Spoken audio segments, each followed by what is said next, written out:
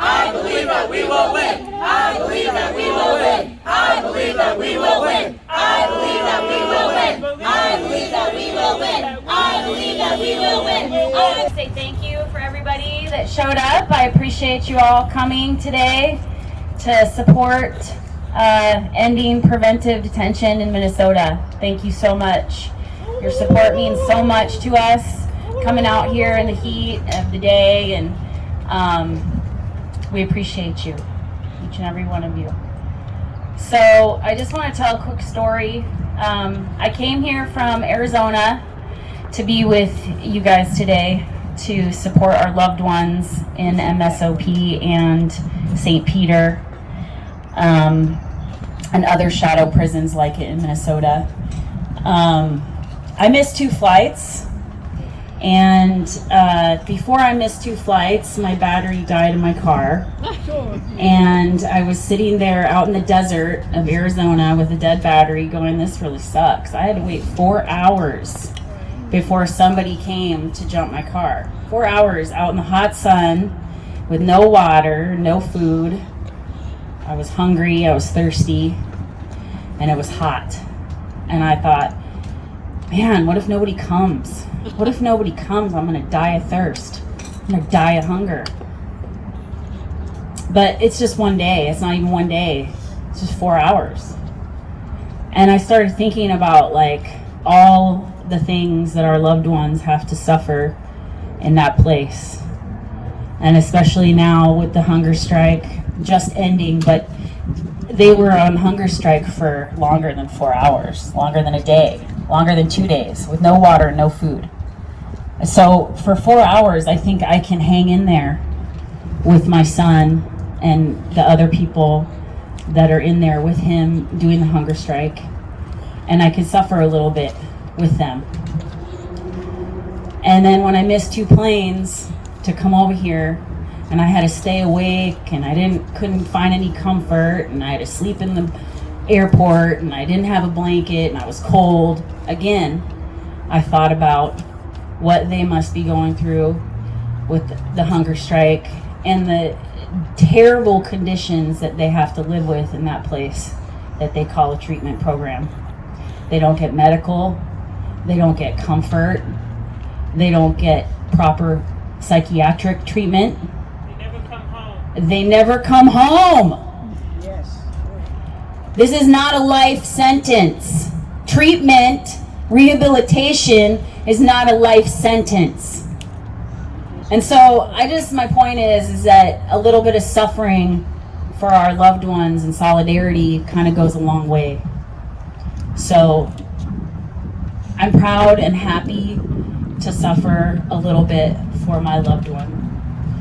And thank you again, everyone, for coming, and welcome our speakers and Sarah. Thank you. Thank you, Jen.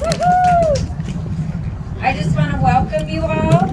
I'm Sarah. I am part of the coalition called End MSOP, and we are a coalition that works on the outside to try to end civil commitment and bring these men home to their loved ones, their families.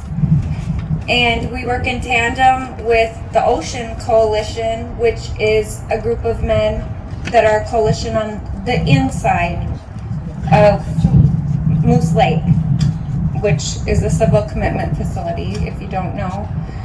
And I have a brother who has been there for 11 years, so this is important to me that you guys all came, and I want to welcome you. I hope you learned something today, and I hope that you want to support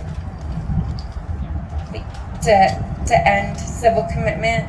This, like Jen said, this is not a prison. This is not supposed to be a life sentence. There's barbed wire around there. That's not a treatment center, you know, and when you have to go through and get patted down to go visit your family member and go through security, that's not a treatment facility. But I I would like to say that as of today, Ocean has decided to end their hunger strike. Some have started their hunger strike, which includes no water, because the policy has changed at MSOP, where if you drink water, they don't consider you on a hunger strike, even if you're not eating food. So you are dehydrating as well, which is also messing with your mind. And nobody's checking their vitals because they're drinking water. So, and there are a few other men that are not part of the Ocean Coalition, but they are continuing the hunger strike until we get someone in the political world to agree to sponsor a bill or to help us fight this, to end this unconstitutional, unfair, unjust treatment. And so I want you guys to think about those men that are starving and thirsty and that are still going since the 1st and the 4th. And a few of them have been in the hospital already. So, but I would also like to let you know that we are going to be hearing a recording from Daniel Larson, who is a detainee inside Moose Lake. And I'm not sure who has set that up. This call is now being recorded. I have a clean record. So why have I been incarcerated for 43 years? My name is Daniel Leland Larson, L-A-R-S-E-N. When I was 15 years old, authorities in the state of Minnesota locked me up in a maximum security facility. I have been here now for over 43 years. I have never been convicted of a crime. I am being confined because the state has made a prediction that I might commit a crime in the future. Unless something changes, I expect to die here. When I was only 10 years old, I witnessed my mother and her girlfriend being murdered. He shot her at point blank. I then testified about it in court. I was then sent to live with my grandparents. I was angry, sad, lonely, and confused. I didn't know how to process the murder of my mother and her girlfriend. I needed help, but I had no one. The night of the murder, I was at the old downtown courthouse being questioned by a police detective who was asking me what kind of a handgun was used to murder my mother and her girlfriend. I did not know one handgun from another as a 10-year-old boy. So instead of checking with ballistics or asking me if I would look at a book with photos of handguns in it, the detective pulls out his revolver, almost shoving it in my face, scaring me and asking me if it looked like this, which was inappropriate. My grandfather had not gotten to the courthouse yet, otherwise I don't think he would have did that. In 1976, I was evaluated at the security hospital in St. Peter, Minnesota. I was 15 years old. On September 27th of 77, Judge James Knutson ordered that I be committed indefinitely. I was never allowed to go to court to defend myself. I was committed anyway, and at the vulnerable age of 16. I was sent to a maximum security facility with adult men without being certified as an adult, which is illegal. I have now been here for over 43 plus years, and there is no end in sight. Is it possible that it is my destiny to live free for the first 15 years of my life, only to live the remainder of it confined to a maximum security institution. I have never been found guilty of a crime, nor have I ever been charged. If you were to take the same test that I took at 15 years old, would you pass them? Or could the state of Minnesota commit you also? How about your children? Would they pass them? These are important issues that Minnesota citizens should consider when they consider whether they should support the MSOP program. Ocean is a grassroots organization started by the men detained in this facility. Ocean is demanding transparency and accountability from the MSOP in Minnesota. We hope you will too. Go to thevoiceofocean.net to learn more about this shadow prison and how you can help. Thank you for listening to my story. If you have any questions, please leave me a voicemail at the facility by calling area code 218-351-1900, extension 1194, or you can write me at 1111 Highway 73, Moose Lake, Minnesota 55767-9452. Thank you very much. If you choose to call him and leave a message, learn to speak very quickly because you will have 15 seconds. That is all we get. 15 seconds to leave a message. So, learn to speak real quick or you're going to be making a few phone calls to leave your message. So, now I would like to invite Tiffany. Are you going to read the letter? I have Tiffany reading a letter from Andrew Babcock.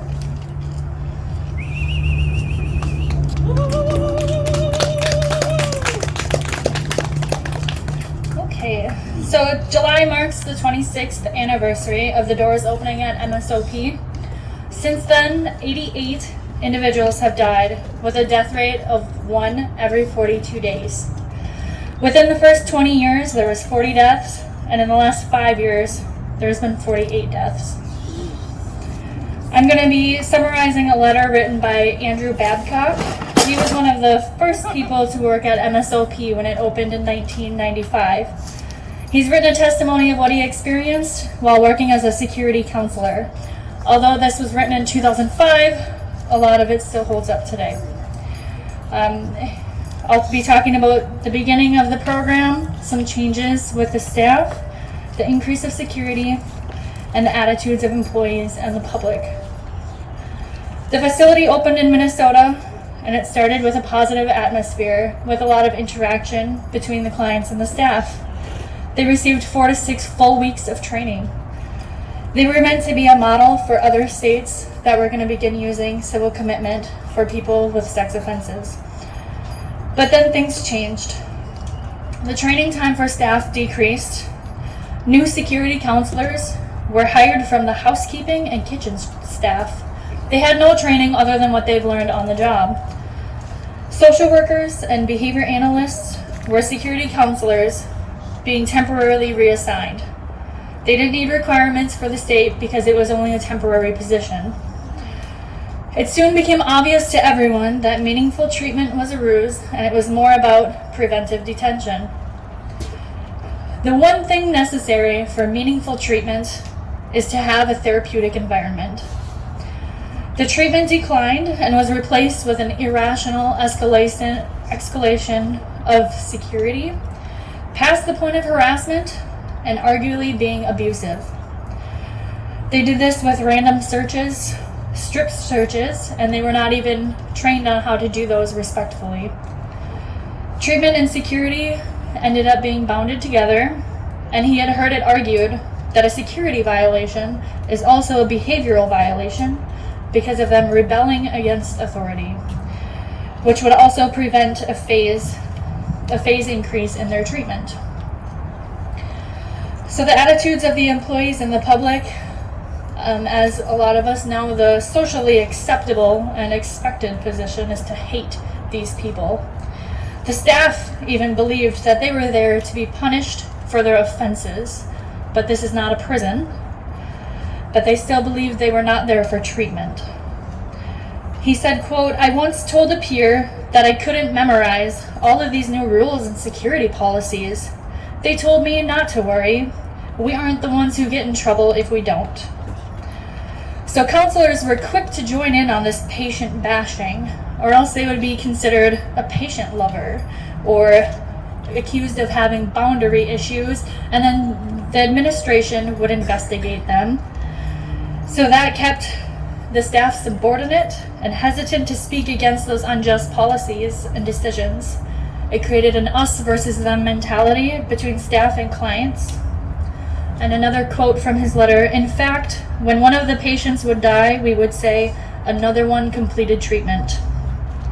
This is not acceptable. Minnesota can do better for the people who have lost their lives to this horrendous program. Now we're going to pause for a few minutes to share with people next to you what you know about civil commitment. And then we'll have more speakers.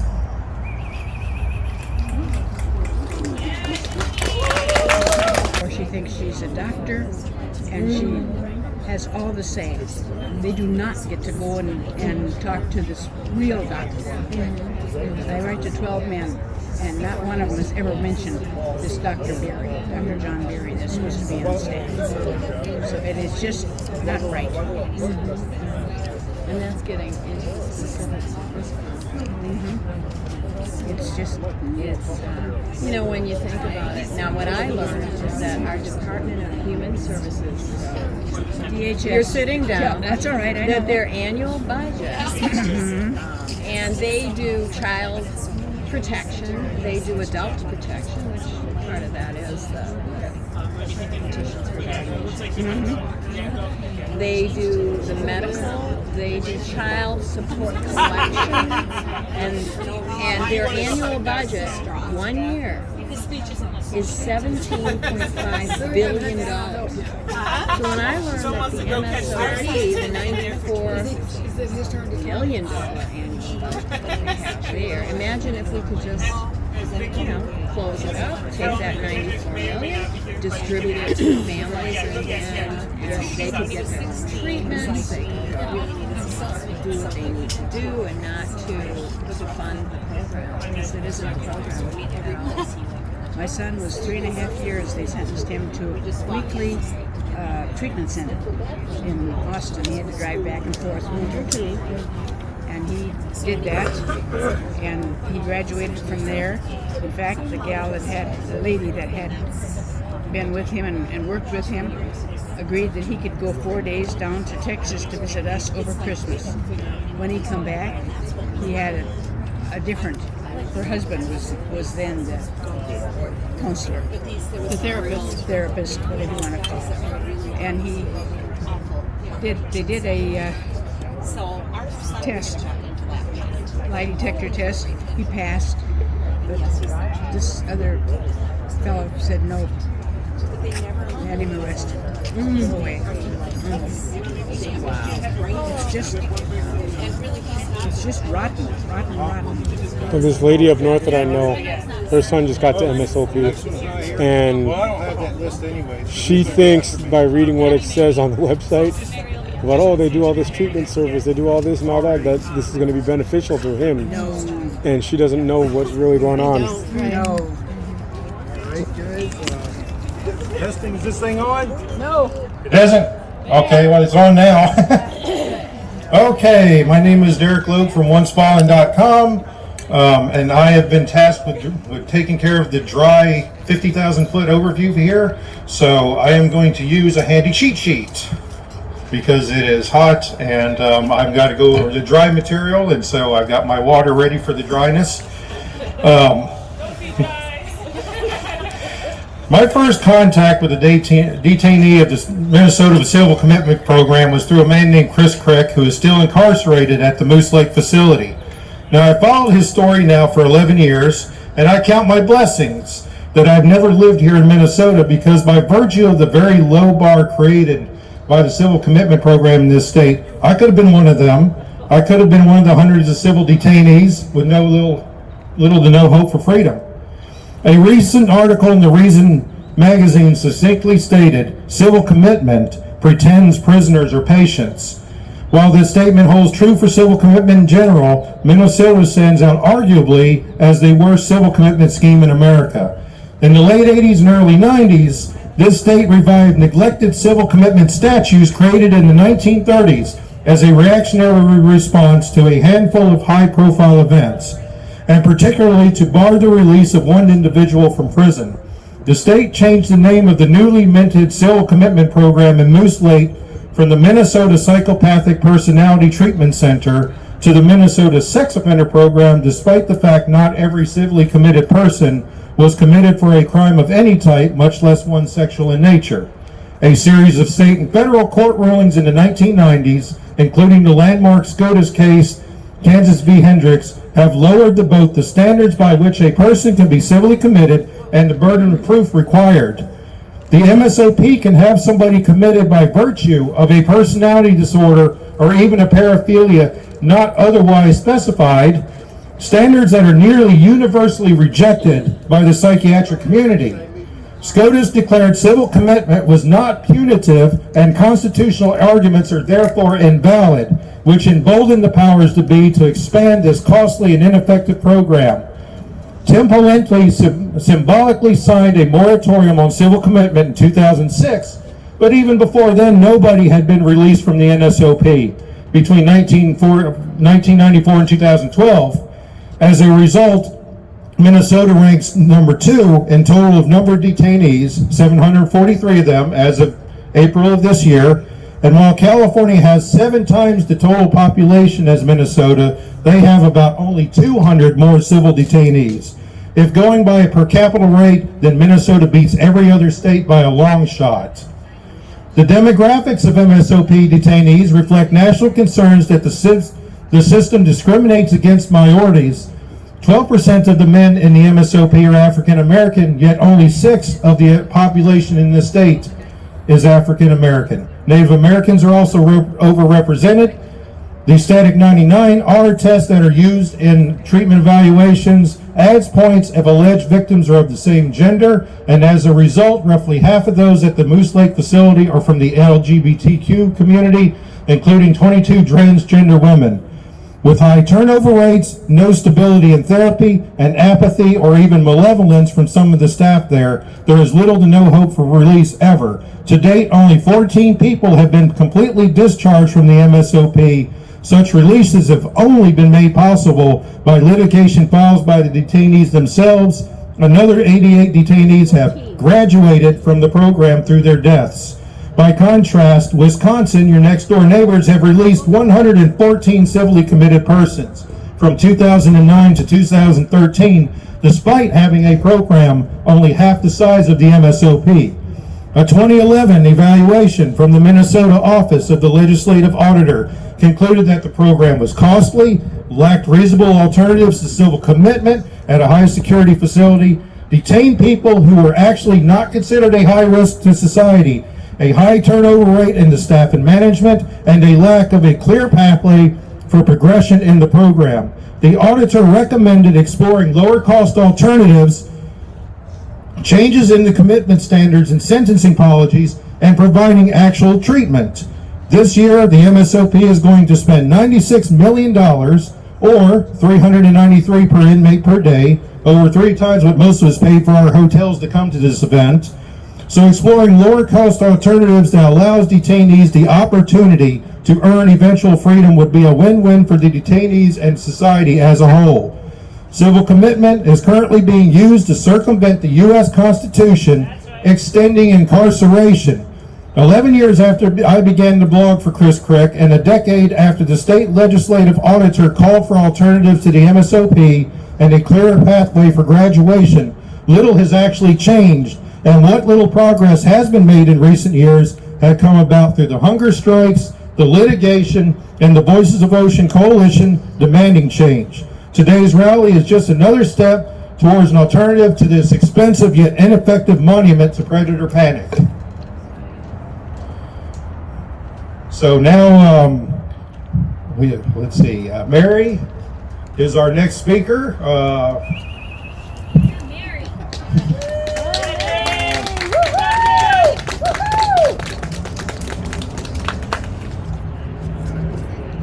little visual here. This is my son, Daniel Wilson. I think most of you have heard of him, right?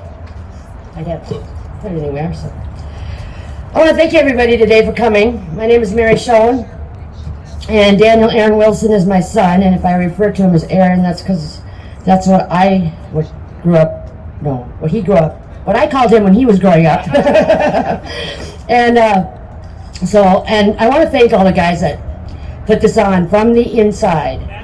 They organized this. They got somebody to do the permit. They got the chairs, the tables, the tents, the pizzas, 100 pizzas, and the 6 porta potties. Can't forget those. They ordered everything and paid for it from the inside, and that's, I think, something to be appreciated. The sound equipment. Forgot about the sound equipment and the video photographers and such. So when Aaron was first charged with this crime, it was like 5 or so years after the incident, I'm going to call it. And he called me and he told me it was hard for him to tell me what happened or what he was being charged with. And I said, "Oh my God, son, you've ruined your life." He said, "No, Mom, I ruined hers." And if that doesn't show empathy, I don't know what does. And so then through the untruths in the paperwork, exaggeration on the legal documents, and a lawyer on drugs, he ended up in MSOP. And that's why I can say that this can happen to anybody. It really can. So when he got there, he started looking around and asking questions, and there are old men in walkers and wheelchairs and guys in their late 30s that have been there for 20 years. And he thought, well, it's the legal system that put me in here, and it's the legal system is the only way to get out. So he got a paralegal degree through a homesteading course, and he got a 3.9 average grade. And he took some psychology classes, because they don't offer any educational classes in this facility. I don't know what to call it, because it's not a treatment facility, it's not a mental facility, it's just a facility. Oops, bye. And so I educated myself for a year or so as well. And went online, made copies of anything and everything I could think of, and sent them packets and packets of paperwork, and it took me about a year to get past the ugliness of the stories and concentrate on the system that is messed up. We're not here defending sex offenders.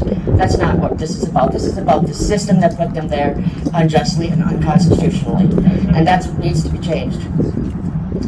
I'm afraid, though, people said that you have to change the facility, but that's an ingrained mentality up there. And it's like, these people who work there and such have been at it for generations now. When you look at 30 years, they go home, they talk about such when they get there. I don't know how you change a whole town. Shut it down! So that's the only choice, is to shut it down and do something else. It's not saying that these guys don't need help, but they don't need abuse. And that's what that place is. It is abuse. And he's the first one to admit that he could use some help. But what I'm afraid of is that statistics say, I hate that word, that the 3 to 4 year time span in facility is where they could start getting worse because of the way they're treated and because it's so much intense therapy. Could you imagine sitting in an AA group day after day after day for years and years and years? That's ridiculous. And I think these guys can be fixed. There's no reason that they can't change. Everybody changes. Everybody grows up. So anyway, get back to my paper a little bit. The proof is in the pudding. If within 25 years nobody gets out of 700 people, something's not right. Minnesota, has the most combined for their offense of every other state in the union. And you can't tell me there are more sex offenders in Minnesota than every other state. That just doesn't make sense. And I don't think we need to worry about the guys inside. We need to worry about the 831 people who are registered and non-compliant from their probation agreements. Where are they? Where are the priests? They just get moved to another church. One day in therapy class, Erin asked his therapist, "Why don't we ever talk about empathy?" She said, "What do you mean?" He said, talk about how we made our victims feel. And she said, "Oh, we don't do empathy." Oh, jeez. Yeah. No, they do hula hoops. One day she brought out a bunch of hula hoops and had 20 grown men standing in a room with hula hoops on around them to show boundaries. I don't think they're in kindergarten. Yeah, for real. And of course, my son, did the hula hoop. And that was, he was wrong for that. Well, what are you going to do when somebody gives you a hula hoop? And, it's not, where was I? Here. So that didn't go over very good, yeah. He's really good at hula hooping, too. So that's what you're paying for, guys. $96 million a year. That's $8 million a month. That's over $350,000 a day. Other states let guys out after they have treatment, and we can do that in Minnesota too. Are they really going to be put up building after building after building at our expense and just keep all these guys hoarded up? That's a lot of people that we could use in the workforce, fixing our roads and building buildings, not those buildings, but improving our life out here. And it's not that I think they should all be let free. They do need treatment too. I have 3 daughters and 6 grandchildren as well, and we all want our kids safe. We can't forget them either. And this money could be better spent to keeping our daughters and our children safe. So Aaron and his buddy Russ Hatton, they started writing newsletters in the mail. Michelle, I gave him yours, I know that. Thank you. And then that's when COVID hit. And these guys were in lockdown to their units for a full year. For 2 weeks, they were locked into their cells 23 hours a day. And they were scared. We were all scared. So that's when they did the hunger strike. Because they figured they were going to die there anyway. And Aaron saw 23 men die in 4 years. And that's just off the charts. There's a prison in Appleton. My niece worked there for 4 years. They had 1 death. There's just no comparison. There's something wrong. And that's what we're trying to fix, yes. I know my son, and he knows, he's not going to be the first to be let out, by any means. And he did this for all the guys in there. That's why he started this. For those guys in the walkers and the wheelchairs. And the guys that have been there since they were kids and have never been able to drive or go to the fair, county fair, anything. And it's just not fair. Thank you. Thank you for being here.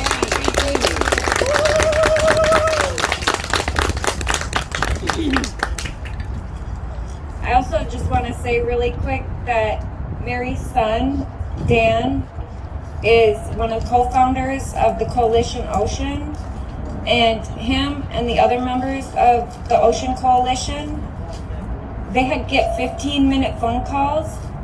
They're the ones that ordered all the things that you see here today. I just want to remind you, they had 15 minutes phone calls to do that. And I would like to introduce, okay. I have a bunch of door prizes up front and tags and everything. I'd like everybody to fill out. All of the items that are in the door prize are items that were handmade inside by the residents at MSOP. So, that is special. I would like to introduce Cheryl. Hello everyone, my name is Cheryl Weber Bradford. I'm standing in the gap for my son, and not only my son, your son too, because of all the things that's been done. Once a person has served their time, they should no longer, the the people that's of authority, that's holding the power, should be able to go behind closed doors and chambers and civilly commit a person. My son has been in MSOP for double the time that he has been committed. For that he had served. So he's been there almost 21 years, 20 years. That is awful. I'm looking at the unfairness of what's been done and how it's so unconstitutional. I think about the people that's supposed to be clinicians, they're supposed to be over him. And I don't think they really have the capability for the schooling to prejudge or to even teach or try to get them in a position where they can't come home. And if they were trying to keep them at low scores so they can't move forward, they can't go forward, that's incorrect. And they act like they're gods, but they're not. People get a chance to be restored and renewed. Everyone should have an opportunity to be able to move forward and go on with their life. Who haven't made a mistake? Who's here without a skeleton in their closet? Me? Yeah, right. And I'm just thinking about, how, hurting people hurt people. And so the people that's casting judgment, looking high, sitting high and looking low, are they casting stones? And are your hands clean? It's time for this to end. I'm looking for my son to come home. Yeah. And your sons and loved ones. This is unfair. And I want to be alive. I want to be able to see my son. Hug him. And be with him. He lost out with his children growing up, birthdays, graduations, and now grandchildren. So let's shut this place down. MSOP is not of God, it's the devil. And we're looking for improvement. That money can go somewhere else. It don't have to be for MSOP or Moose Lake. It can go for the young children and homeless people. It could be everyone should be able to have a roof over their head. But this money MSOP has been wasted. So the next person, please.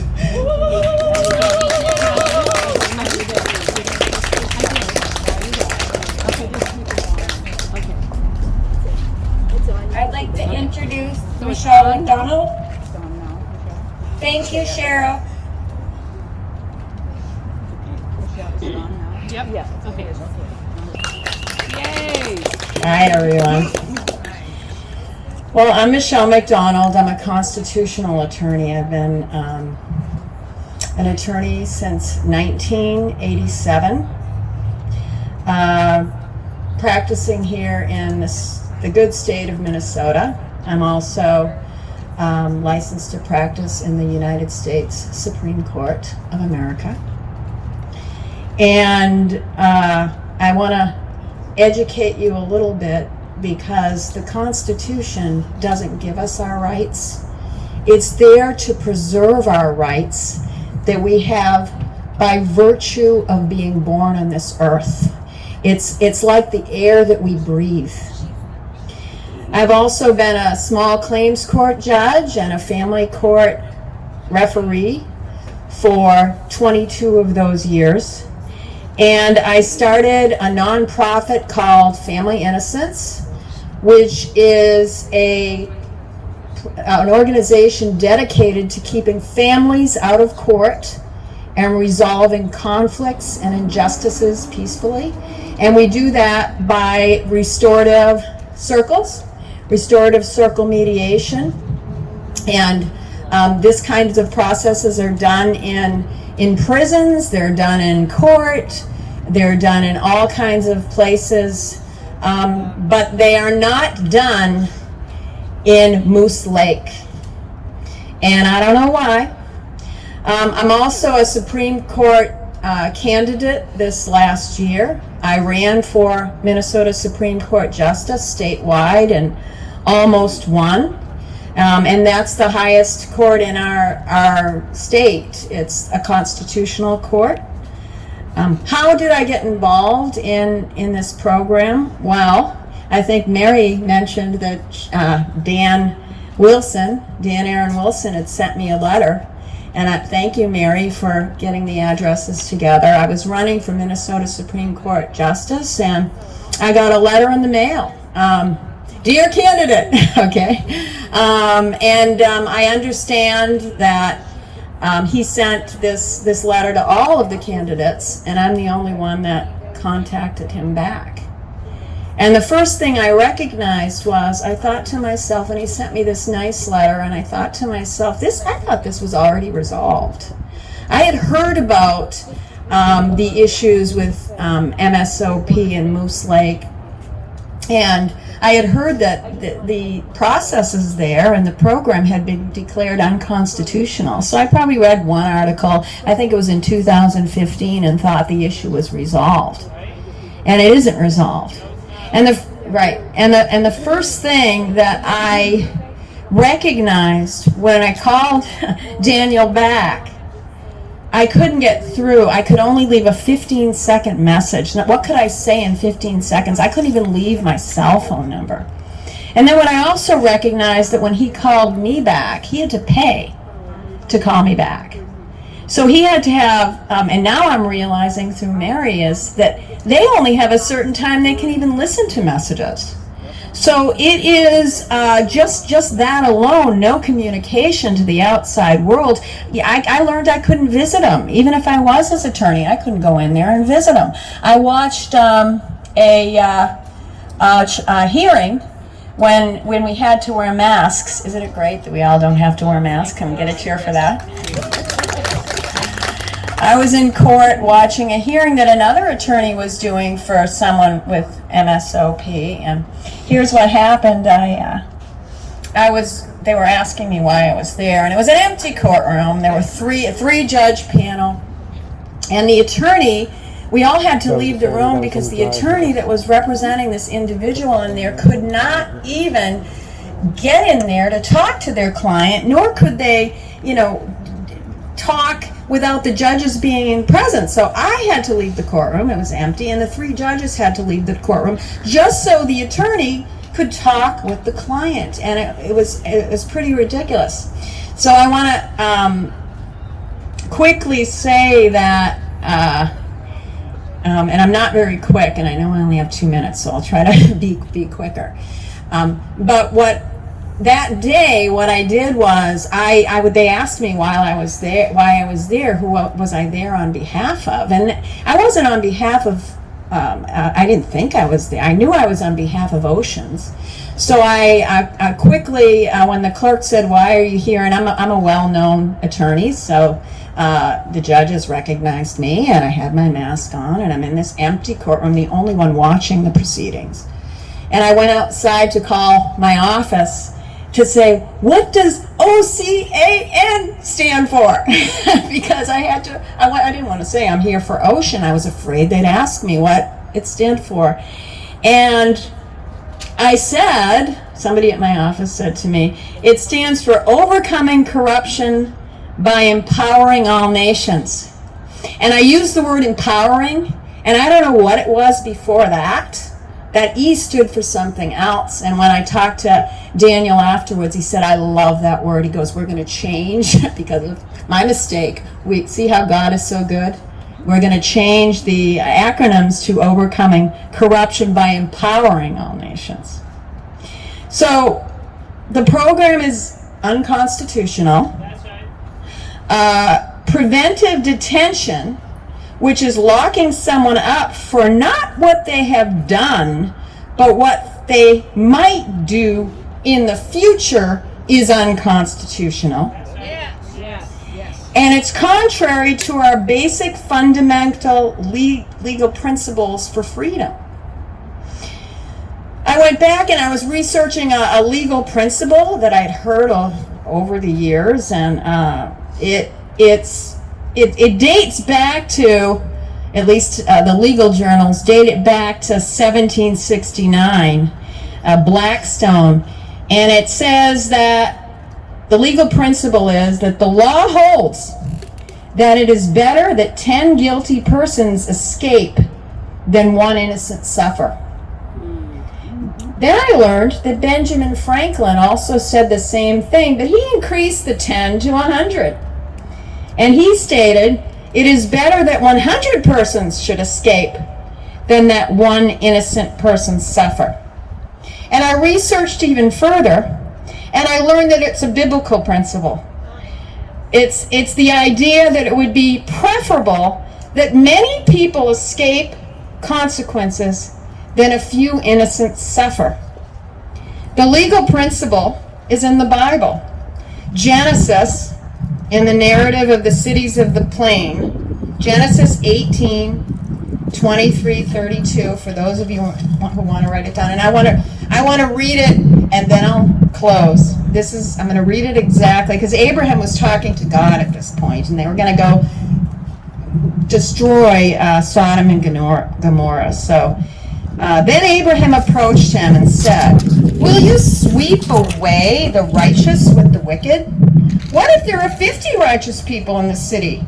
Will you really sweep it away and not spare the place for the sake of the 50 righteous people in it? Far be it from you to do such a thing, to kill the righteous with the wicked, treating the righteous and the wicked alike. Far be it from you. Will not the judge of all the earth do right? And the Lord said, if I find 50 righteous people in the city of Sodom, I will spare the whole place for their sake. Then Abraham spoke up. He was a little more tentative, and he said, well, now, what if there are less than 50? Right? And God said, if I find 45 there, I will not destroy it. Abraham was a little tentative again, talking to God. And he said, would you do it for the sake of 40? And he said, for the sake of 40, I will not do it. And then, may the Lord not be angry with me, but let me speak. What if only 30 can be found there? He answered, I will not do it if I find 30 there. Now that I have been so bold as to speak to the Lord, Abraham said, what if only 20 can be found there? He said, for the sake of 20 righteous people, I will not destroy it. Then he said, may the Lord not be angry with me, but let me speak once more. And what if only 10 can be found there? And he answered, for the sake of 10, I will not destroy it. And I'm going to up the ante a little bit. For the sake of the 743 people that are now in the MSOP program, now at Moose Lake, I want to set free 743 of them. That's right. Thank you.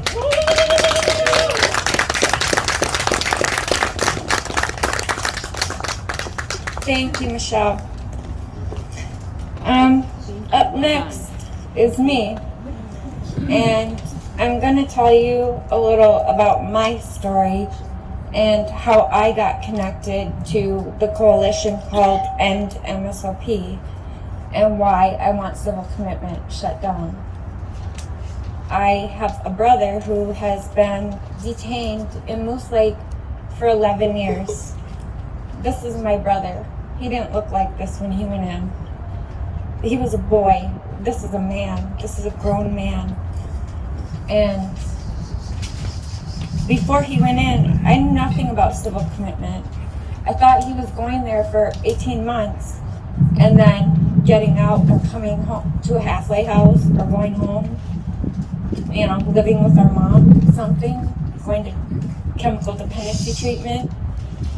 And we soon found out that the years were going by. It wasn't 18 months. It wasn't a few years. It's been 11 years. And just recently, my brother was going through some dark times, and within 2 months, he tried to commit suicide 4 times. And this was just a month ago that he got out of isolation. That's where they stuck my brother after he slit his arms overdosed on medication, injected floor cleaner, and they stuck him in isolation. Is that what you do to somebody who's suicidal? No, you reach out to them, you grab them, you hold them, you tell them that there's a reason to live. I'm his reason to live. I want him here. I'm 13 years older than him, so he was like my baby when he was born. And I love him very much. And I want him to come home. But I also want people to understand that I understand the fear and the panic that civilians feel when they hear certain terms, because myself, I have been sexually assaulted, I have been kidnapped, and not just once. So I do understand that there are people that have fear that, oh my gosh, if we shut these places down, all these scary people are gonna come out here. My brother isn't scary. This guy isn't scary. He doesn't want to hurt anybody. He says he wants to come out. He wants a man's job. He was 21 when he went in. He wants to feel like a man, a grown man. He wants to know what it's like to have a girlfriend, an adult relationship. And at this point, I don't know if he'll ever come home or if I'll go to his funeral because he's ended his life, or because MSOP has kept him for too long. And I don't want that to happen. And I just, the things that you're hearing today, I hope you spread it with other people. I hope you share the message that civil commitment is not the way. I mean, my brother could be in a halfway house that $96 to $100 million could be on a halfway house. I mean, you've heard others speak of other options that we have for people. And these people have, look at us, most of us have loved ones in there that are sitting out here, and we are their support. We will watch over them. They know that they don't want to let us down and disappoint us by committing any crime. And so I just want you to understand, I come from both sides. I understand both sides. And civil commitment needs to end. It's unconstitutional. To me, it sounds like double jeopardy because my brother already served his prison time. And the last month that he was there, they let him know he was getting a ride to Moose Lake and with no out date. So I hope you guys think about that and remember the families and remember the men and women, the transgender women that are in there that are roomed with men. I'm sure you can imagine what a dangerous situation that might be. And even if you're not okay with the LGBT community, it's still dangerous. And it's unfair. And I appreciate you guys coming and listening today. And thank you. And now we have Noah. Do we have Noah?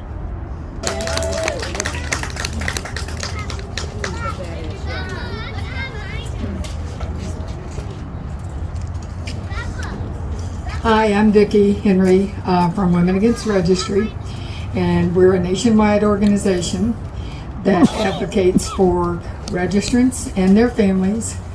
There are 917,000 men, women, and children, kids as young as 6, 8, and 10, required to register, and that impacts over 2.5 million family members. We've had people get killed, houses burned, property damaged, cars damaged, you name it, we've had it happen. So, anyway, less about us, more about what we're here for. I'm going to read some things that I received because I asked people at different facilities if they would send something to read to you. So, here we go. let's see. We send our heartfelt greetings from Germany. After speaking recently with Vicki Henry and several other leaders of Women Against Registry, I was told about your planned assembly and march to the governor's mansion. In short, I was thrilled to hear that you are putting your strong convictions into action. This action is not only practical and necessary, but inspirational as well. In 1999, I was one of the first men detained under Florida's involuntary civil commitment law. In June 2000, believing that both my civil and human rights were being violated, I escaped from the Florida facility by having a helicopter land on the rec yard and whisk me away. That didn't work so well. Okay, so in retrospect, that was a foolish mistake. While it brought international attention to these new laws, my escape only complicated an already complex situation. Your assembly and march are much wiser than my foolish and hopefully much more effective. Following my eventual release from prison after 22 years, I fled the United States and sought political protection in Germany. My claim for asylum was based on European court rulings, which have determined that the involuntary civil commitment of people in the United States is violative of established international human rights law. Relying on these cases, it is safe to say that the nations of Europe believe that every detainee in American civil commitment centers is a victim of human rights abuses. Similarly, we are currently pursuing a determination from the German court that the American sex offense registries are violative of human rights as well. Just as the leaders and members of OCEAN are pushing back against these laws within the United States, we are pursuing the same goals by bringing international attention and condemnation from outside the United States. But talk is not enough. In the very near future, we will begin the process of incorporating as a not-for-profit organization here in Germany. The organization's purpose will be assisting those who have had their human rights violated by the American sex offense registries or civil commitment laws in immigrating to Europe, and assisting them in creating an environment in which reintegration into society is not only possible, but encouraged. I mention this to you so that you will know and understand that you are not alone in your struggle. There is a large international movement. Can't hold on to these papers. Again, I praise your efforts this weekend and take inspiration from it. You are putting into action your convictions and beliefs. This is important work. The next couple are very short. Dear men, I want you to know that what you are doing is beyond sacrifice. It shows selflessness in the face of such stress and continual oppression in the hands of the state. I am very proud of each and every one of you and wish that you are safe and that your sacrifice will not go unnoticed. This is from Jason Sapp. Jason is in the Civil Commitment Facility in Farmington, Missouri, and I have been going to see Jason for 8 years. And I have noticed some changes there, but they're not quite enough. Okay, the next one is from a lady named Arax, A-R-A-X. She says, I have a son in Coalinga State Hospital and know how destructive and punitive these facilities are. I cannot be there to support you in person, but I am sending many positive thoughts and prayers toward you all. Thank you. And then here's one from all of the guys at the source facility where Jason Sapp is. And there's a couple of them that filed a lawsuit based on the lawsuit here several years ago. From the men or residents of Source, we want to extend our deepest thanks to you and to your enduring efforts in assisting those who are civilly committed as sexual offenders. Your work has not fallen upon deaf ears or blind eyes. Keep pushing forward. Then I have a rather lengthy, but I'm going to shorten it. statement from a gentleman named Robert Turner. And Robert, I'm going to read the most important parts of it because he's kind of wordy because he's so excited because he got released from Coalinga. Okay.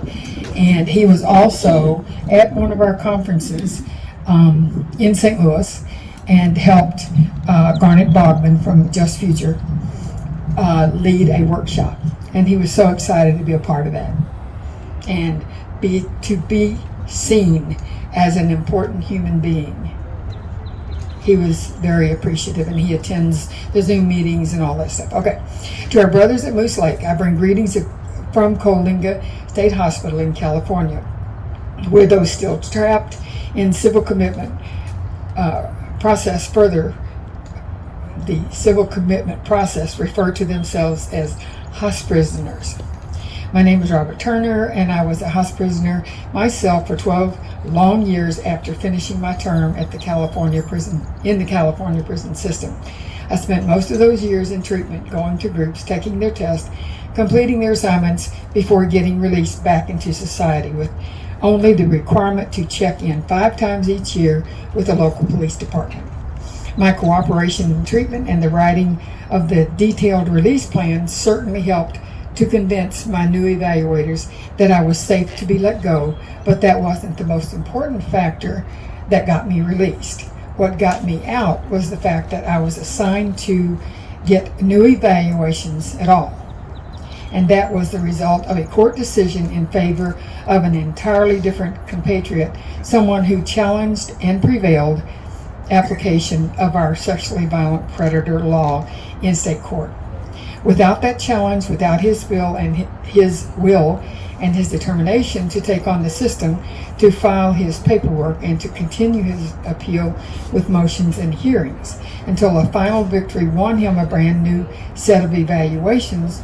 Without his fight, I might never have secured getting my own new evaluations from 2 psychologists forced by that court decision to look at me with a fresh set of eyes, rather than recycling our old evaluations as they had been year after year, drawing the same conclusions based on the same old data from their past evaluations.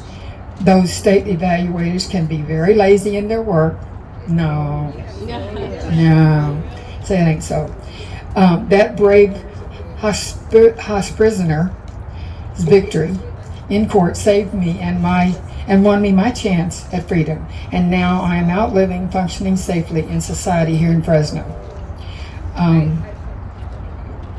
Anyway, ironically, once I was released, the hospital staff of psychologists changed the treatment protocol, switching from the risk management model that I slowly, methodically mastered to the newly popular Good Life model that had been left to stay.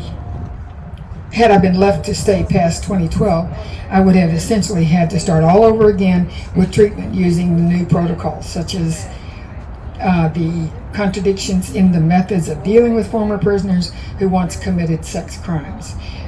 The minders hired by the state to control and manage us don't even know what the best model for treatment is or if it works. And I do have to say that the people that in the Farmington facility, and the word that I got from Jason and that I have conveyed to Professor Eric Janis, who is well spoken on this issue, right?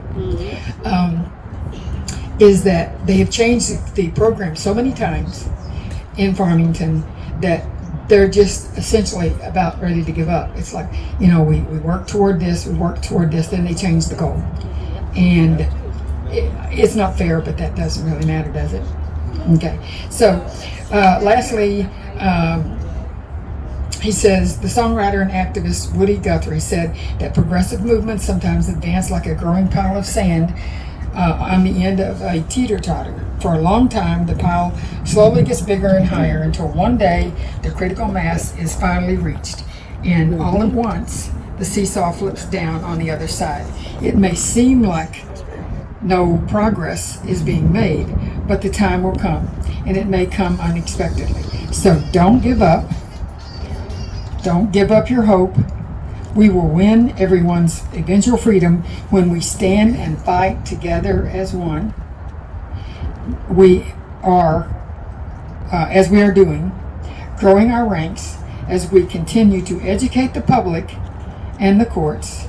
Keep fighting. We will stand with you.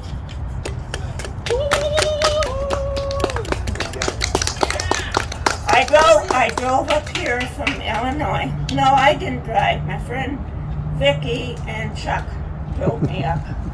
So I have a son in Rushville, Illinois Treatment and Detention Center. He's been in prison for 21 and a half years. He has been in Rushville for eight years. I also have a small group from Illinois who is working on the Illinois Civil Commitment. They're located in Rushville.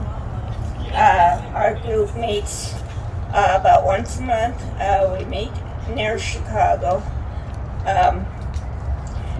Rushville is located in the west central part of the state. There are about approximately 580 men incarcerated in the civil commitment. I've received a few letters from some of the guys in Rushville, and I'd like to pass along a few stories. Excuse me. James stated he was 11 years old when he was arrested for a sex offense and was taken to a juvenile prison. When he was released from prison, the state of Illinois took him to Rushville Treatment and Detention Center for the rest of his life. We all know the answer to that. He's now in his mid to late 30s. Sam was 14 when he was arrested, put in juvenile, and taken to Rushville. He's now in his 40s. Don, same as Sam, 14 when he was arrested. He's in Rushville. He's now in the late 40s or early 50s. Like MSOP, there are men in RTDF, that's our abbreviation for Rushville Treatment and Detention Center, who are in their 80s and 90s. Now let me ask you, I'm not a man, but how can an 80 or 90-year-old man reoffend? Give me the answer to that. There are more men in wheelchairs. There are men not in wheelchairs who need wheelchairs because they're unable to walk. One man had no legs and had to crawl to the only phone in the unit to talk to his wife.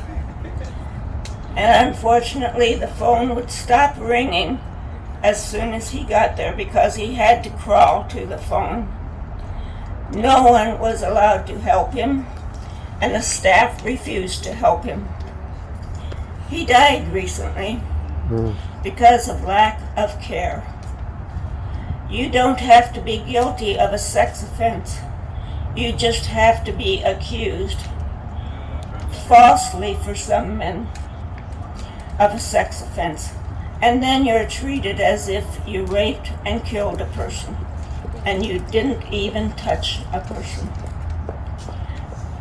I'm going to end with human beings need to treat other human beings in a more humane way.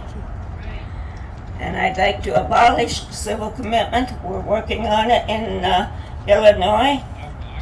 Keep up the work here in Minnesota. You can also keep your cold weather even though it's hot. I'll be thinking of you in the winter.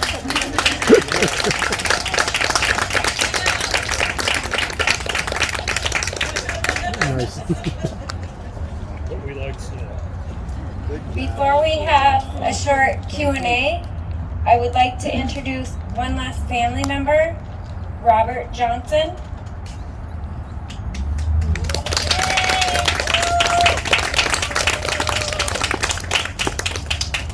Hi, I'm Robert, and I've been participating with my son at MSOP for 16 years now. And every time he gets an assault charge, I'm over in Carleton County with him, going to court, district court, and he's been convicted, I think, 4 or 5 times of assault on the staff, and he goes to serve some prison time, then back to MSOP. Thank you. And it's kind of expensive because each and every time I gotta buy him new clothes for each facility he's at. Not only that, but he gets parole from these various prisons, and then every now and then they violate him, and he goes back to prison, and it's just a revolving door for him, and there's no light on the end of his tunnel that he'll ever see any freedom, because there's always some guard or something that provokes him, and naturally when you're locked up, you're edgy and nervous and all that together mixed up, and them men, can't control themselves half of the time because they're so intimidated by these guards that got the authority, and that's no treatment. And I don't know if any of you have ever seen the fences and the barbed wire around that place. That's not a hospital. That's strictly a prison. But he's been going through that for 16 years now, and no hopes of ever getting a parole or anything. I think once a year he goes for a hearing and they deny him, and so that's what I've been going through for 16 years. And for the first 4 years, we never got a contact visit. It was always through the big looking glass and a telephone. And the last 3 or 4 years, me and Jeremiah's brothers, we've been going over there and we get a contact visit. We sit there and play cards, and that's all we get out of my boy, is get to play a game of cards with him, maybe once a month or 3 times a year, which isn't much. And he's got some brothers that he misses, and he's got little nieces and nephews that he's never seen. 16 years is a long time for a 4-year sentence. So, it's sad. And right now, today, he's willing to die. He's on a hunger strike because he has no future, nothing to look forward to, and he's going to keep at it until something happens here. If they can shut that down or figure out something, because I've looked into this. They have no psychiatrists for them, how many men they have, and this program just not working. And when we go to district court for assault, I want to go back to that, there's about 5 or 6 guys on the docket each and every time for assault from the MSOP program. They assaulted a guard or said something bad to one of the workers, and they charge them with assault. So they got guys going in and out of there all the time. So they'll never get out. Continuous.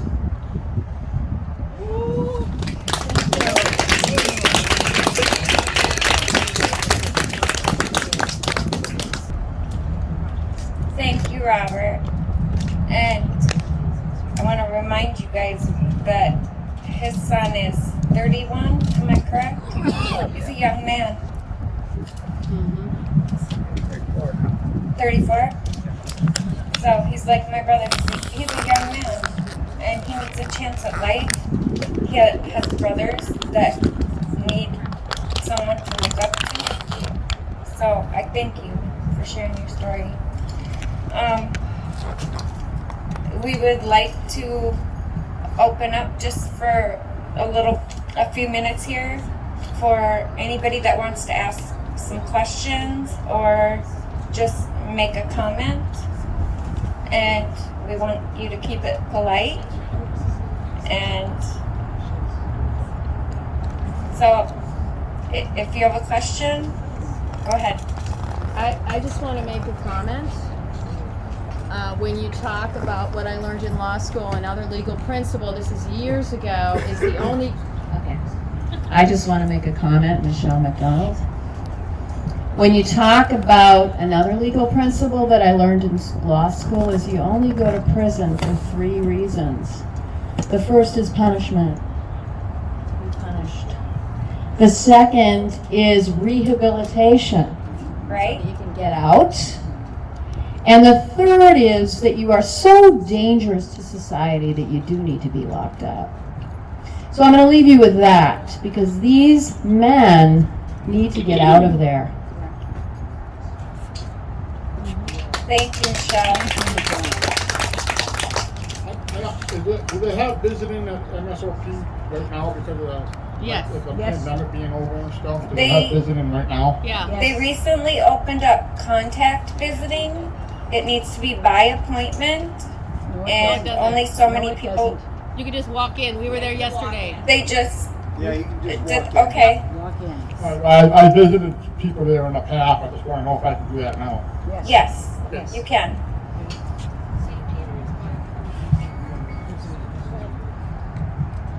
St. Peter visiting is by appointment. Okay, they're still doing appointment. Yeah, I'd just like to make a few points. Not so much for my boy that's there, but for everybody that is going to have something to say to the governor. If you can look at that big building there in front of us, the one on the left, the one on the right, those are my buildings, and they're yours. And if you don't believe that, you look at your 1040. And you look at the people who work there. They're servants. We don't work for them. They work for us. Right.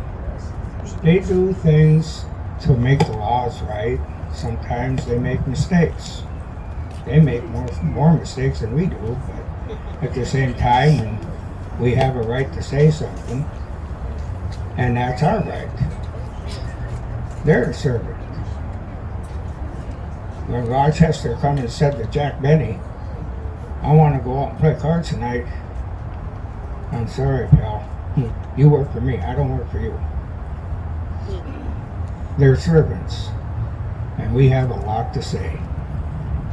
They won't listen. Thank you. Simple license card and his friend. I got somebody here who'd like to Simple say any a few card words. and his friend first. I'm Joan Fries, and this is my husband Dave. And our son has been in Moosehorn for 26 years. He'll be 50 this year. And he lives every day to get out of there. So he had his time moments, but he lives every day because he wants to get out of there.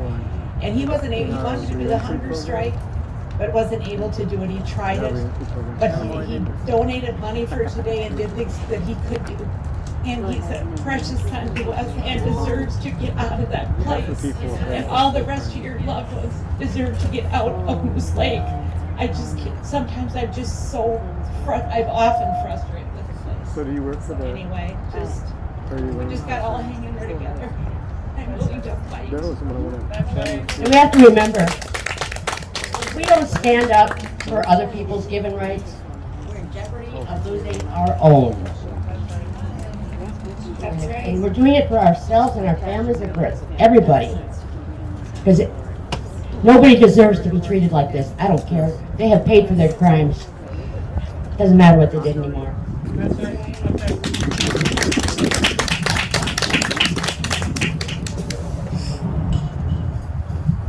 Not everybody that's in there is young. My dad will be 70 years old in September.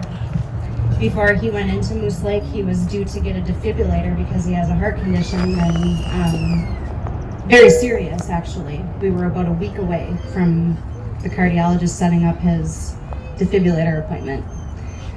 Since incarceration, he's missed his only granddaughter's wedding. He's missed the birth of his very first great-grandchild. And he hasn't been able to talk to our son, who is underage, for 5 or 6 years. He's 15. 2 years ago, my son, who's 15, asked me, he said, the only thing I want for my 13th birthday is to talk to my grandpa. We've been trying to get that done for 2 years to get a phone call, and that has not happened yet. We can't even get a phone call. It's tough. Like I said, he's going to be 70 years old pretty soon, and if he's able to get out, once a very social person wants nothing more than to find a place in the country with complete solitude away from everybody and just wants to live out his days in complete quiet away from everybody. He's not a threat to anybody. 70-year-old man with a heart condition. That's right. He's not a threat. I'm afraid that I'm going to lose him before he gets a chance to even meet his first great-grandson. I'm afraid that we're going to lose him before he gets to say goodbye to my son. It needs to stop. Young or old, it's not. This is not a life. And there's no treatment. There's no treatment. I've asked, give me your treatment plan. Lay it out for me. Show me what steps need to be taken. Nobody can answer because it's just, they create it as they go. It's just, it's never ending. There is no set, there's nothing. It's a joke. Why are you? Don't you know more heterosexuals have more divorces? Yeah, I've started doing some of Thank you that. so much for sharing that. I've emailed some Government Office of Accountability, that's what it is.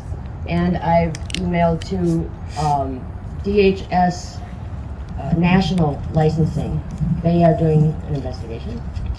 I'm starting to get some responses from those big people. We have to go past the state because the place was deemed unconstitutional on February 24th by the Supreme Court of this year, February 24th. That is finished. What's next? And we have to push these people to change it and to make it constitutional or get rid of it, or they won't. Get rid of them. They won't do it unless they get pushed. And it's going to take all of us and more. That's why we need to be together on this. We're all in for the same thing, you know. And I think we can do it. We have gotten further than any other organization has so far in the last 27 years. So, yeah. We need people to spread the word. I just want to say again, I think you might have contacted me and written me a letter, because I'm telling you, since I met Daniel Aaron Wilson, I've gotten many letters and phone calls, and I'm sorry if I didn't respond to you. I respond mostly to everyone, but I'm only one person, and through Daniel, I mean, he needs to be congratulated here. He has put this together, and you know, I connect directly with him, and I read all of your materials, so keep them coming. But I've told Daniel, I said, Daniel, I'm connecting through you to help these people that are in there so that they can all go home. Thank you, Michelle. We really appreciate you. Would anybody else like to say something? Hi. First thing I want to say is I just got a phone call from Moose Lake, and there's already reports of what's going on here going back there. And they're starting to talk about it. So, good thing there. Yeah. Next thing is level the playing field. My name is Tim. I am a person who committed a sexual offense, and I was looked at to be civilly committed. The process is very simple to be civilly committed, but it's very difficult to get uncivilly committed. The process to get civilly committed is a simple meet in front of two psychologists, forensic psychologists. They decide amongst themselves whether they either suggest or deny, and then they go in front of a judge and say, yes, we agree, and you're done. You're there. To be able to get out of the program right now, I have a guy that's in there, one that just called me Brent. He's been trying to get out of there for the last 3 years, I believe it is. The process that he's had to go through is not only just the legal battle of the whole reason why they put him there in the first place, but then going through the process of the DHS itself to be able to get out. A lot of the guys get very depressed, obviously, when they go in there. It's a never-ending sentence. At least when you're incarcerated, you know that you have an end date. You know that at some point you can walk the streets. These guys have no idea what their end date is. That's determined by a board of, I think it's 4 or 5 people, and there's psychologists there or psychiatrists there that decide whether they get to go in front of that board, and then that board decides whether they get out or not, and at what level they get out and everything else. That's the other thing that you have to look at is people that get out of that program are automatically rated either a level 3 or a level 4 risk level when they're on the streets, which determines what they get to do when they're on the streets. Even though they're supposedly free and done with their civil commitment, you're still in that process. It's not a wonderful situation. We tried stopping there on the way down here to see our friend Brent before we came down. We were talking to him on the phone. There's really not that much difference between the civil commitment program and the prison that's right across the way from there. The walls are all the same, the security features are all the same, the fences are all the same. I was actually just talking to my partner on the way down that if you look at the badges on the officers, it says Minnesota Department of Corrections. It doesn't say Department of Health and Human Services or some other agency. So, yeah, just another thing to look at. Thank you, by the way. They wanted me to thank you all for being here and what we're doing. Thank you for sharing. We have one more gentleman that would like to say something.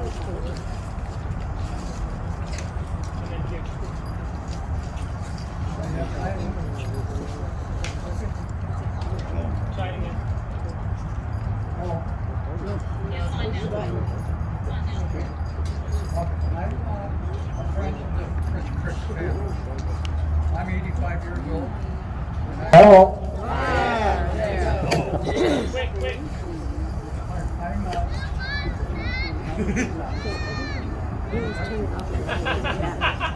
I was a curator for the Ethnic Cultural Center of Minnesota.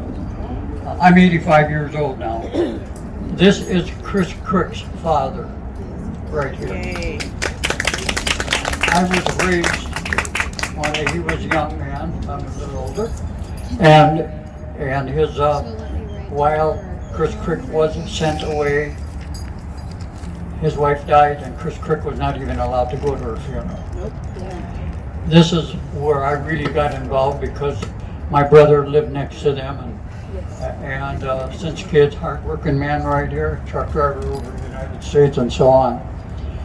But Chris himself, who's one of them that contacted Derek here, which I'd never met. That's why I came up here today. And Derek and him were sending the letters to each other. I've got in an envelope down here and probably shoeboxes this full of letters coming from Chris Crick. It's not a treatment center. Remember that, isn't it? A treatment. All the things that has happened from Chris Crick in there is that proof. It's almost a sensitive place. It's almost like following forensic files or Dateline, for God's sakes. There's the people right here that can help. And what has happened so far with the $300 million that's spent up there to help keep that place open, just imagine what they could really do with that money, and even having private situations for maybe even some of them that did deserve something and where they might have been worried about release, that they could have went to a treatment for it in the proper aspect. You have to agree with that. These are the people now here. I even went in front of the federal judge, Frank. The lady over here that just spoke, she doesn't remember me, but I was at 5 of Chris Crick's hearings already. The last one, when they sent them in, I'm not going to mention names or nothing like that, because that isn't why I came here. But when I was at the last hearing for Chris Crick, these young attorneys representing where they come from said things about him, listen to this, that happened 11 years before. Yeah. And they still used that charge to put him away for the rest of his life. He did 31 years, including state and MSOP so far. I did everything in my power, tried to get to an attorney, they don't even want to touch it unless you got $100,000 to go and pay him to get him. They don't want to touch it, they get scared. Many attorneys that I've known, even Mesh Bisher, for crying out loud. But the thing about it is that Crick did do 9 years to the state for a charge that wasn't even proper. But he did it, and his record was clean for 9 years. When he got out, I ran the museum. I gave him a job. He worked for me for 8 months, handling money, oil paintings, art, hanging pictures, working, and still started a salvage business, and in 8 months was already successful. He donated money to the VFW then. He worked for them for free. He donated to the churches. This was all the time that he was even free at this time. Yes. Everything that he did was out of his heart. He has never quit. And he told me, he said, Ted, they're going to pick me up again. I went in, and I'm going to use his name, Judge Mayer from Dakota County. He says, well, I have to make a decision here. He had so much people behind to say, let's get him off the street, but what for? That's the argument. Chris Crick was not responsible even for what he did, because I know, because that happened down in the alley from where I ran the museum. They had to go back 11 years to get a speech from somebody that was incarcerated in a drug house in Wisconsin to hold that against Chris, and they sent him away. Now, how does that sound? Is that fair? This lady over here, what she said was so important, people, right here. And I wish that you would have gotten in. I went all the way to Judge Frank's with letters this thick. And well, of course, then they started working on that. The federal, and Judge Frank had so much back pressure that he quit doing that. And that's federal. And I thought maybe that was going to work. I'm only saying this is good, but it's right here. Plenty went against it. I know people now that I'm going to send some more letters to that are on staff. But we got guys in there like Chris and all you guys that told me stories now about your children and that not only are sick. Chris got a prostate problem. He can't even get it taken care of in there.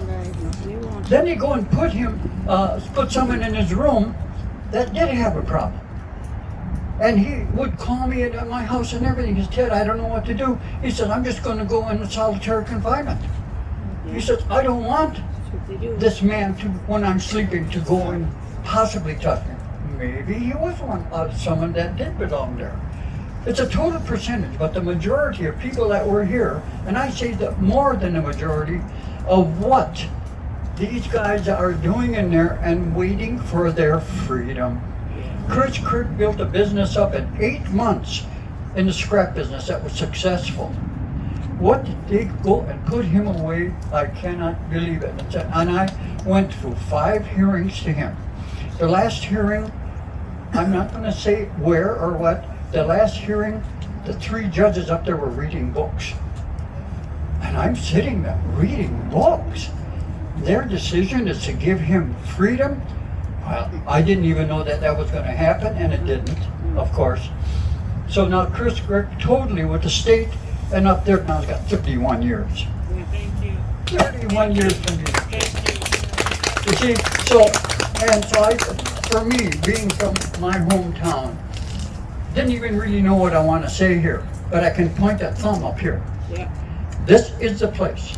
When you start talking like $300 million, and little areas where there is something that could help if that was necessary. That's the important thing, what was necessary.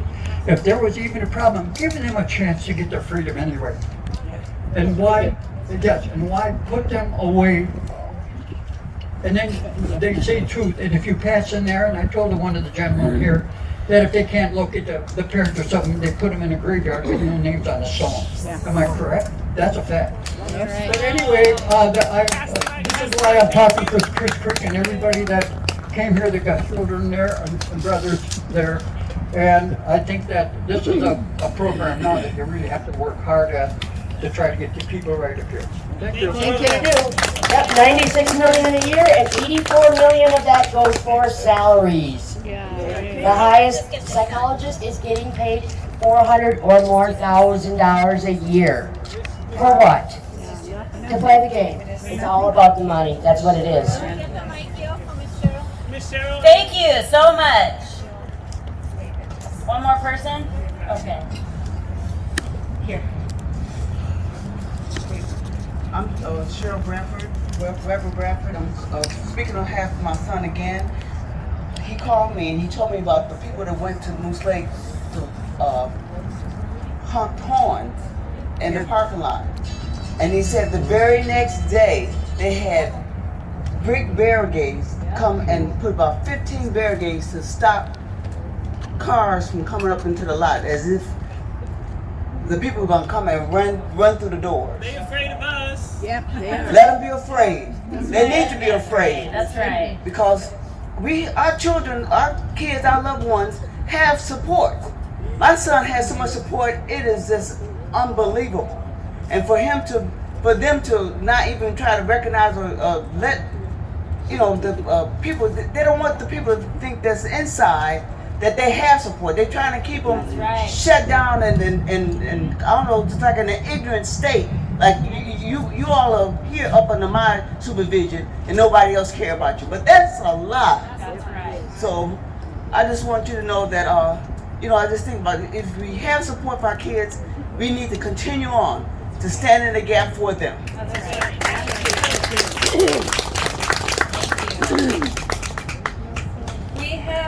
Today we have brought 88 balloons that represent the men who have died since MSOP opened, and we would like to have everyone that would like to come and stand on these steps and help us read these 88 names. Or we could just read them. So we're going to read the names of the past. Michael Jensen, Thomas Huss, Anthony Anderson, Gary Olson, Henry Woodruff, Clayton Anderson, Harvey Hitch, Howard Kruger, Alfredo Mori, Alvin Lamar, Bert Dabby, Patrick Blue Sr.,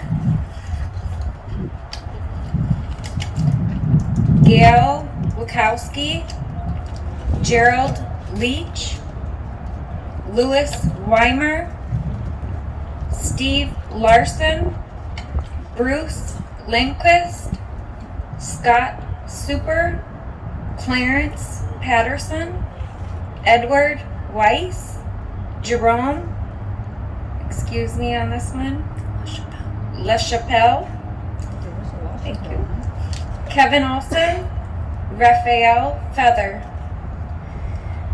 Raymond Messer, Robert Steer, Dwayne Becker, Harley Morris, Harold Munson, Wilson Crafter, Crawford Wilson, Dwight Shaw, Earl Ross, Earl Crocker, Eugene Markham, Gerald Watkins, Ken Andriott, Lamons Titworth, Randall Rebo, Trampus Cody, Wallace Trudeau, Dennis Mayfield, George Gross, Kim Kirschbaum, Ronald Harrison, William Beals, Benjamin Ferrier, Matthew Johnson.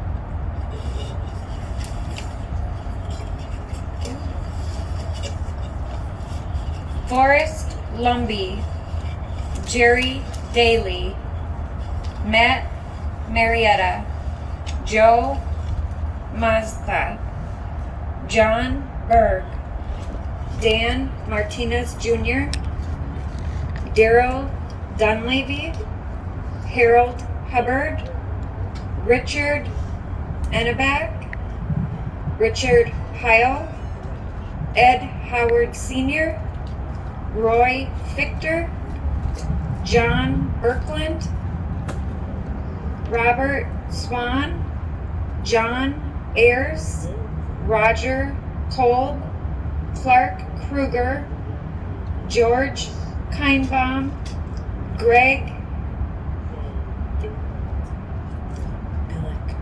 Billick,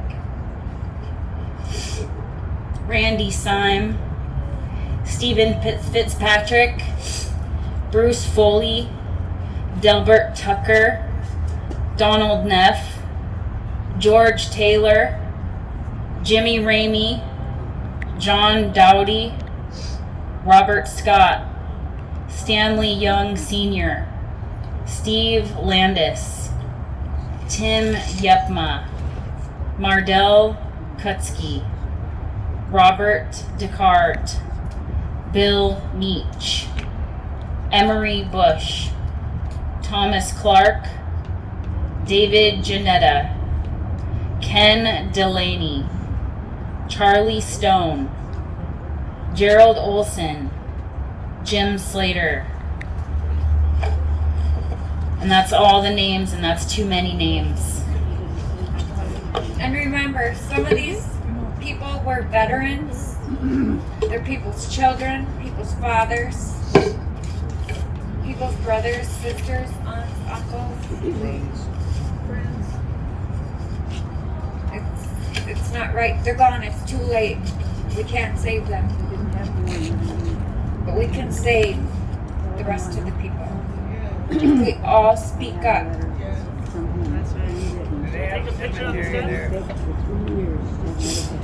Thank you for coming, and we're on our next leg of the journey now. We're gonna rally up and head to the governor's mansion. So whoever would like to come with us, please do. Free our families. Such that this actually changes. Because unfortunately, good ideas are not enough. We have to have the power to do it, and we have to show the will and the determination to get our people free. Yes. Yeah. Time to fight.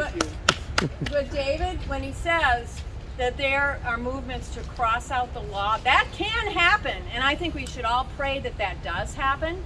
One reason it can happen is every law like that has a fiscal note, and a fiscal note of $94 million is quite a lot of money. Yeah. So we don't want our taxpayer dollars going to $94 million where, what did somebody say, most of it's salaries? Yeah. And none of it is for people that, you know, the people that they're supposed to be helped get out of there. That's the point. The point is they need to, where they're supposed to be helping people get out of there, and they're not. And they're not. We should have freaking had some honk They signs don't on. really have the qualification to be therapists. Absolutely. They're not, don't have the power to actually do it. Don't have the PhD behind their name. Right. They don't and have those the are problems. education. Exactly. Exactly. Yeah, I've heard. You just giving some money of to them have Moose Lake. High school Well, high school, education, that's it. that's it. And I'm like, and they're teachers And now, they like, take it. brother? Yeah. He's my friend. I'll go see him, you know. And You said we were 7 up? friends, and What'd you say to me? and I asked him Text about you back? the sex offender program, and if he could help me, because my son is civilly committed, and he's going to be doing life. And John Purcell himself told me that I'd like to do it, but I can't. He said, you bring up the sex offender program. Treatment. Shut it down. MSOP is not treatment. Shut it down. MSOP is not treatment. Shut it down. MSOP is not treatment. Shut it down. MSOP is not treatment. Shut it down. Civil commitment. Knock it off. Civil commitment. Knock it off. Civil commitment. Knock it off. Civil commitment. Knock it off.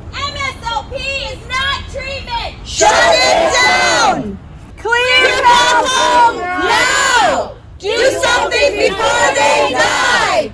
Clear path home now. Do something before they die. End MSOP. End MSOP. End MSOP. End MSOP.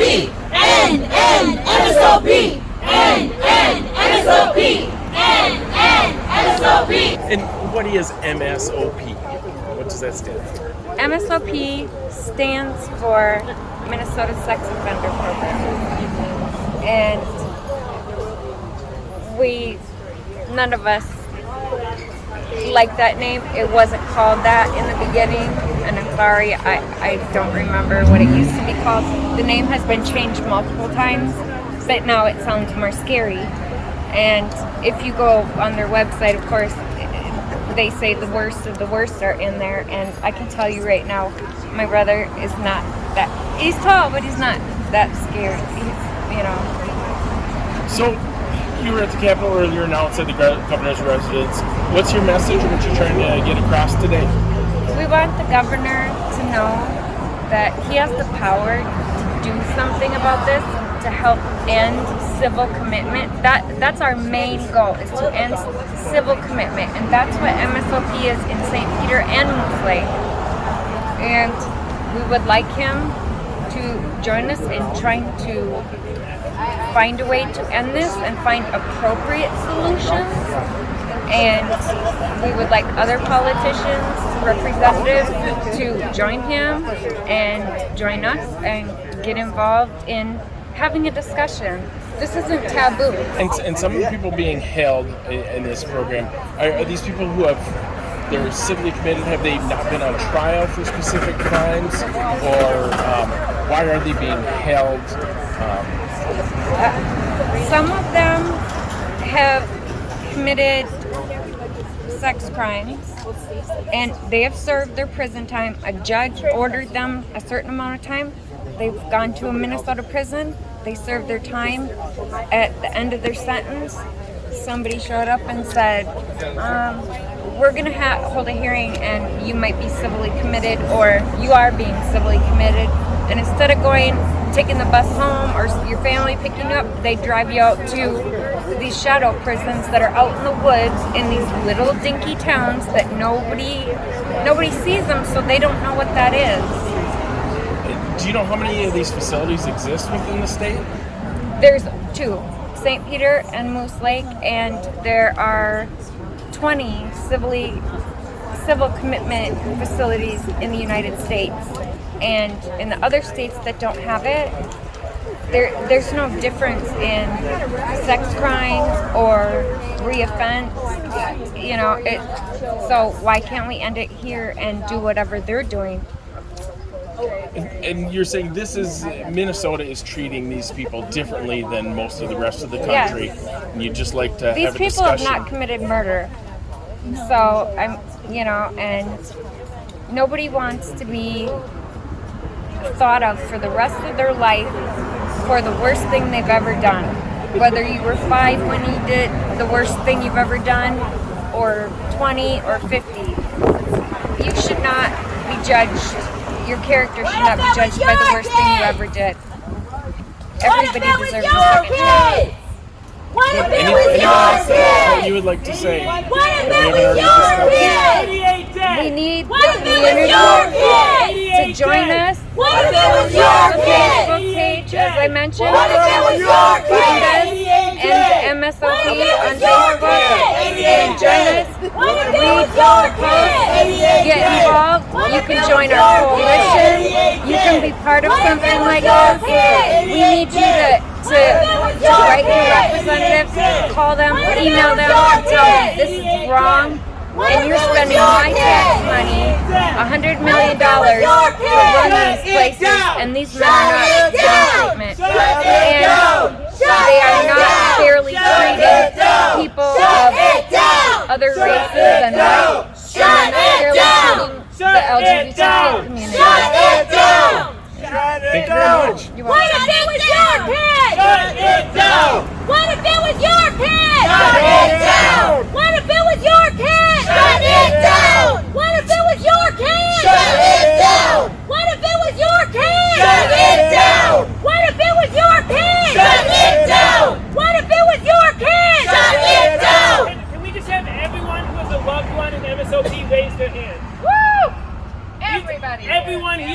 loved one in MSOP.